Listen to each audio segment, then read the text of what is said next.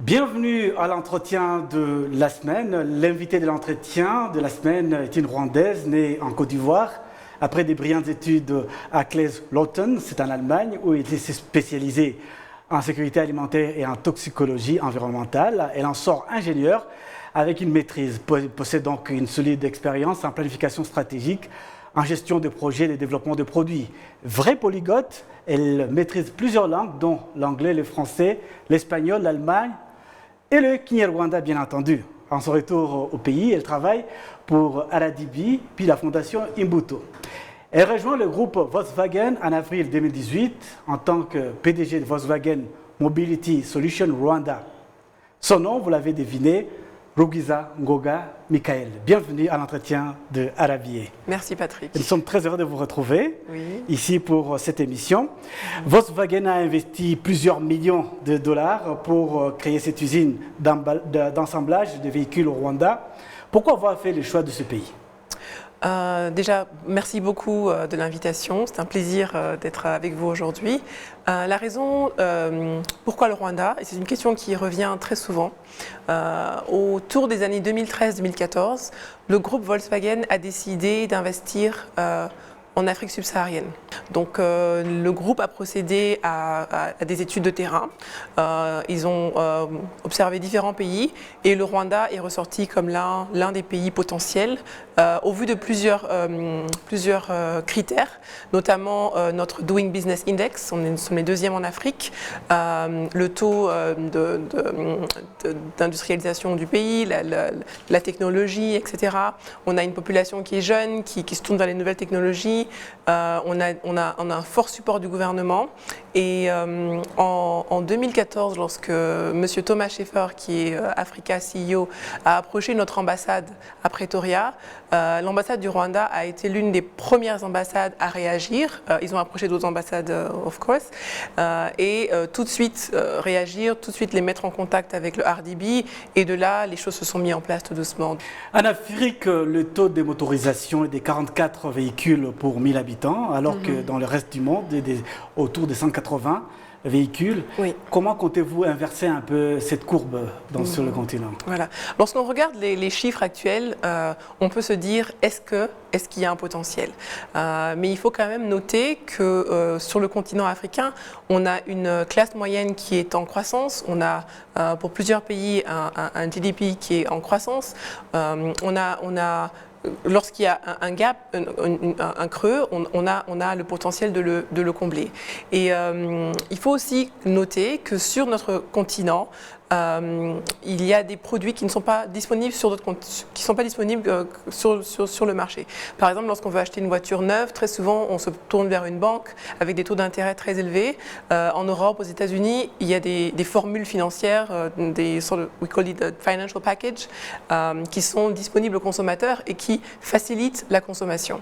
Aujourd'hui, sur Kigali, avec notre solution, l'application mobile Move, vous pouvez appeler une voiture Volkswagen à n'importe quelle heure. Notre service fonctionne 24 heures sur 24. Si vous permettez, on peut revenir sur la question du charroi automobile en Afrique.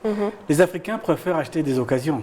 Oui. Au lieu d'acheter des voitures neuves, n'est-ce pas? Voilà. Et même le président Paul Kagame a déclaré très récemment, je cite, « L'Afrique n'a pas besoin d'être un dépotoir pour des voitures d'occasion. À long terme, vous finissez de toute façon par payer un prix élevé pour l'entretien de cette voiture d'occasion ». Fin de citation.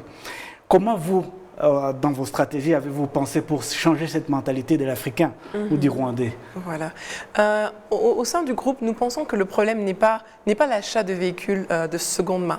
Le problème, c'est quel véhicule, de quel marché il vient, quel âge a le véhicule. Aujourd'hui, au Rwanda, notre usine d'assemblage produit des véhicules assemblés au Rwanda. La majorité de ces véhicules sont soit sur nos services à la mobilité, soit vendus neufs. Au bout de 2-3 ans, ces véhicules-là vont être des véhicules de seconde main. Mais des véhicules de seconde main certifiés, qui ont été réparés dans nos garages, qui arrivent sur le marché de la seconde main avec un certain niveau de qualité. que l'on ne retrouve pas forcément sur des véhicules venant du Japon ou de Dubaï ou de Chine, etc. Revenons sur la question du jour. Le Rwanda est devenu le premier pays africain à introduire la voiture électrique de marque Volkswagen et dont la phase de projet pilote a été officiellement lancée cette semaine. Un vrai défi pour un pays en développement comme le Rwanda. Quels sont vos objectifs en lançant cette voiture électrique ? Nos objectifs en lançant ce véhicule électrique, c'est de préparer le futur. Donc d'ici 5 à 10 ans, déjà au niveau du groupe Volkswagen, on va aller vers du 100% de production de véhicules électriques. Deuxièmement, il y a au niveau global un mouvement vers des solutions beaucoup plus écologiques, beaucoup plus vertes.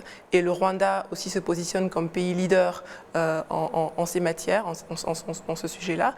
Et donc nous voulons aussi soutenir la politique nationale d'utilisation d'énergie propre. Et c'est dans cette logique-là que nous nous axons. Oui, Volkswagen s'est associé dans ce projet avec un autre grand groupe, Siemens. Quel rôle va jouer Siemens dans ce partenariat ? Alors Siemens s'occupe de construire nos stations de recharge, donc d'alimenter nos véhicules. Chaque véhicule doit être chargé à peu près tous les jours, dépendamment du nombre de kilomètres que les véhicules ont fait.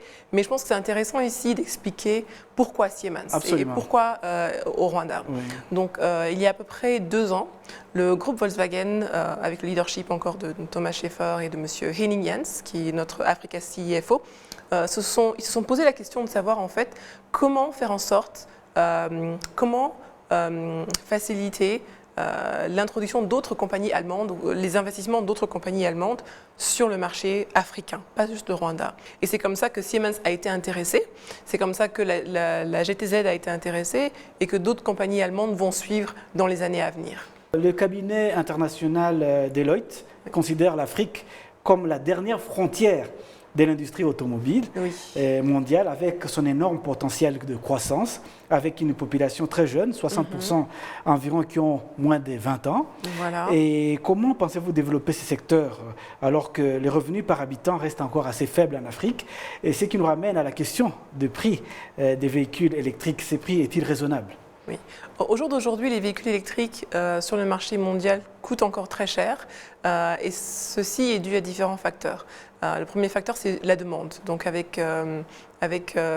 lorsque la demande va grandir, les prix vont descendre. Par contre, d'ici 2025, entre 2025 et 2030, les prix vont descendre et on prépare justement le futur en commençant ici au Rwanda, tout en gardant à l'esprit que lorsqu'on regarde les comportements des consommateurs sur les 10, 15, 20 prochaines années, on est sur des consommateurs qui ne vont pas vouloir acheter des véhicules. On est sur une jeune population aujourd'hui qui veut du just in time. Donc ils veulent une voiture, ils cliquent sur leur application, la voiture vient. Ils veulent un plat à midi, ils cliquent sur Jumia Food, le plat vient. Et donc on va se retrouver sur une population de consommateurs qui n'est pas intéressée à l'achat ou à être propriétaire de véhicules. Une autre question majeure, les réseaux électriques. Ces voitures vont fonctionner avec du courant électrique. Oui. Avec la multiplication des véhicules dans les prochaines années, est-ce que vous pensez que le pays pourra résister à la demande ? Oui, le pays pourra résister à la demande. Le Rwanda n'a pas encore développé tout son potentiel en termes de production électrique. Je pense qu'on a encore beaucoup de marge. Et dans les premiers mois, nous allons charger nos véhicules la nuit. Comme vous le savez, l'électricité, on ne peut pas stocker l'électricité. Donc très souvent, ce qui se passe à Kigali, c'est que lorsque la ville est endormie, oui. On perd notre excès d'électricité. On a l'électricité qui se perd. Donc il y a un gaspillage, pas un gaspillage, mais on n'arrive pas à stocker. Oui. Et donc c'est là où nous on se place pour dire voilà, cet excès qui est produit, on peut l'utiliser pour nos véhicules et en faire bon escient. Voilà. Oui. Très bien. Une voiture électrique complètement chargée, j'ai fait des recherches, peut parcourir jusqu'à 230 km dans des conditions idéales. Oui. Cependant, la distance est soumise à des conditions telles que l'altitude, Oui. Le terrain et la pente, entre autres, comme facteurs. Oui. Est-il idéal pour un pays de collines comme le Rwanda? Je vois que vous êtes devenu expert en la matière. Il faudra que vous fassiez un test drive très bientôt. On va vous, voilà, Face à une oratrice d'État, il faut faire des recherches. Il faut que vous testiez nos véhicules très bientôt. Oui. Effectivement, chargé à plein, nos véhicules peuvent aller jusqu'à 230 km, mais tout ça dépend de la manière dont le chauffeur conduit, ça dépend du terrain, etc. Et c'est pour ça qu'on commence par une phase pilote. C'est pour ça que dans la première phase, nous n'allons pas vendre nos véhicules. Nous allons les mettre sous notre mobility fleet, dans la mobilité. On va étudier le comportement des véhicules sous notre climat, avec notre relief et en tirer les conclusions qu'il faut. Mais on pense que ça ne devrait pas poser plus de problèmes que ça. Oui, avant de nous dire au revoir, Oui. j'ai remarqué que vous aviez sur votre bracelet, sur votre bras plutôt un bracelet Oui. qui porte les couleurs du Rwanda. Oui. Est-ce qu'on peut savoir de quoi il s'agit exactement? Oui, justement. Donc, comme vous le savez, mardi dernier, nous avons fait notre lancement officiel. Est-ce qu'on peut voir cela? Oui, voilà. Et donc, tous nos invités, tous les participants ont reçu ce bracelet.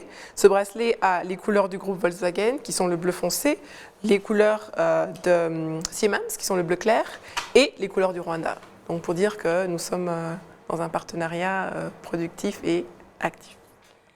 Nous vous remercions d'avoir répondu à notre invitation. Je rappelle aux téléspectateurs que vous êtes PDG de Volkswagen Mobility Solutions Rwanda depuis avril 2018 et que vous êtes ingénieur de formation. Et comme nous avons l'habitude de le dire à tous nos invités, les portes de la télévision rwandaise vous sont ouvertes.